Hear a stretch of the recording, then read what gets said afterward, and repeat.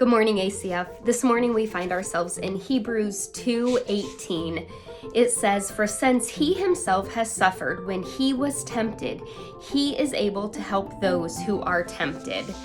So like us, Jesus experienced both suffering and temptation. And suffering is a universal human experience. And because when Jesus came down, he accepted full humanity while still being fully God, God decided to bring this excruciating pain on him.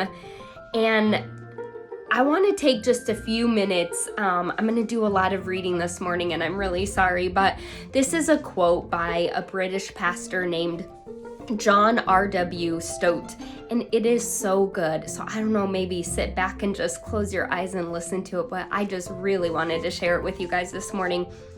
"I could never myself believe in God if it were not for the cross. In the real world of pain, how could one worship a God who was immune to it? I have entered many Buddhist temples in different Asian countries and stood respectfully before the statue of Buddha. His legs crossed, arms folded, eyes closed, the ghost of a smile playing round his mouth. A remote look on his face, detached from the agonies of the world.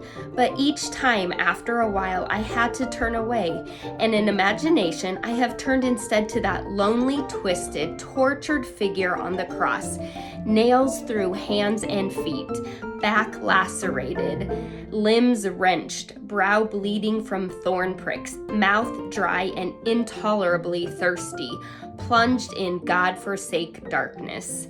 That is the God for me. He laid aside his immunity to pain. He entered our world of flesh and blood, tears and death. He suffered for us. Our sufferings become more manageable in light of his. There is still a question mark against human suffering, but over it we boldly stamp another mark, the cross, which symbolizes divine suffering. The cross of Christ is God's only self-justification in such a world as ours."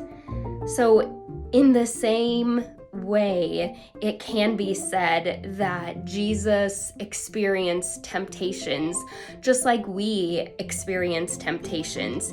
He himself was tempted. In fact, in Hebrews 4:15, it says, "For we do not have a high priest who is unable to sympathize with our weaknesses, but we have one who has been tempted in every way, yet just as we are, yet was without sin." So Jesus, he didn't have each temptation that we have, but he did experience the whole realm and range of temptation, same as ours, yet his was without sin. The way in Christ's temptations were different than ours was we can face them, but in the end, sin seems to creep its way into our lives. But Jesus, he encountered this temptation and yet he never sinned.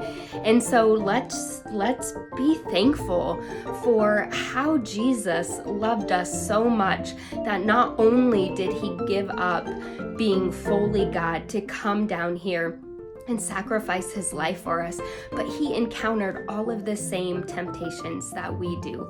And yet he is so good and without sin. Love you, ACF.